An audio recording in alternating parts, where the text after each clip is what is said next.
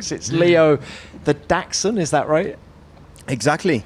Now, look, how much joy has Leo given you and your girlfriend, Alexandra?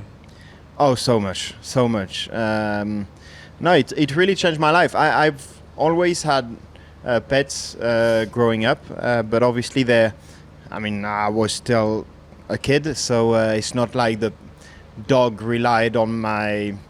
I didn't have the full responsibility of the dog, and it always were my parents that had it, even though I was trying to take care of him or her.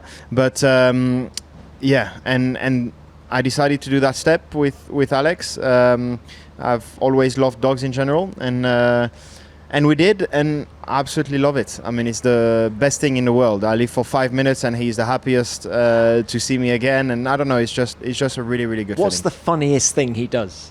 I tried to train him to be clean, but obviously he's still a puppy. He's like 6 months old or something like this. So it's quite tricky at the beginning. So we both pet, how do you say that? Pee pads. Pads? Yeah, like pads you put on the floor for him to pee on it. Ah, okay. All right.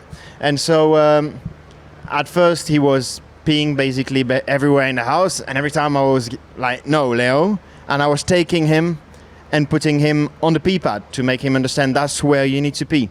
And now he still pees everywhere in the house, but once he's finished, he goes on the pee pad and he sits down on the pee pad and looks at me like, you see, I learned from you. I'm a good boy. But so that's quite funny because he always, and then it's very difficult to get angry because he looks at you with the eyes like, see, I'm a good boy and I do what you told me, but he didn't get the point yet. And the great thing is that you can split dog walking duties with Lewis next year, who's got Roscoe.